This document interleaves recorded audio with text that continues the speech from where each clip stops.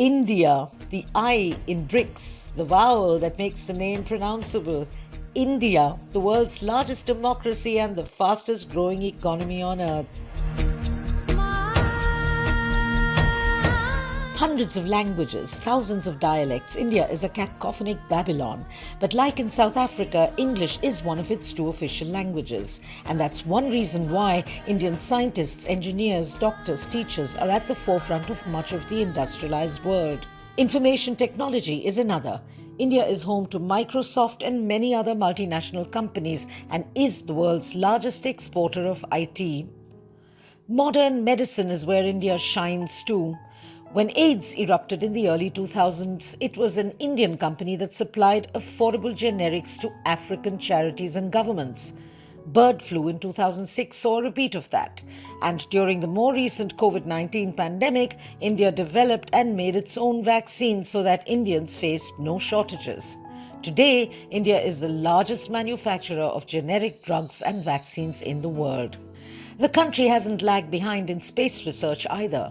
India's rockets frequently transport Western satellites. This was the first Asian country to send a mission into orbit around Mars. And even as BRICS meets in South Africa, an Indian spacecraft is poised to land on the moon. And a mission to the sun is under planning too. Technology, science, space missions. So what happened to agriculture, which provides for 55% of India's population? Well, there are plenty of firsts in India's rural economy too. India is the world's largest producer of milk, pulses and spices. It also has the largest area under cultivation for wheat, rice and cotton. And it is the second largest producer of sugarcane, farmed fish, vegetables, tea and many other products. Exotic India is well and alive. There's the Taj Mahal's luster. There are luxurious palaces, yoga, Ayurveda, Bollywood, and there's always the big fat Indian wedding. India's energy simply lies in its traditions, eccentricities, and innovative people. Energy is a key word in more ways than one. The economic powerhouse is home to the world's fourth largest coal reserves and is the second largest consumer of coal energy.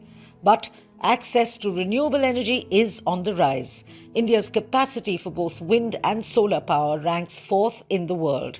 And the exciting discovery of millions of tons of reserves of lithium and rare earths earlier this year means that India will transition to electric vehicles or EVs faster than expected, reduce carbon emissions soon, and possibly achieve net zero by 2070.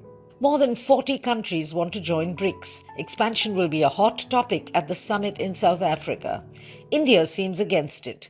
Why is India reluctant? BGTN spoke to Sanjay Bhattacharya, who was India's BRICS Sherpa up to 2022. For BRICS, it is important to recognize that we must consolidate our own energies first. And that's why in our presidency year, we had laid great emphasis on that. Because if it becomes too widespread in terms of the agenda, then you will not have the right focus on the development or peace and stability initiatives that you wish to have. If you look at it today in the multilateral system, we have the BRICS, we have the G20, we have the G7, and so it would hardly make sense if the BRICS were to become another voice for the G20. But India and China share a tense border of more than 3,000 kilometers in length, and Russia is in the global doghouse for the war in Ukraine. So is BRICS then a non-starter?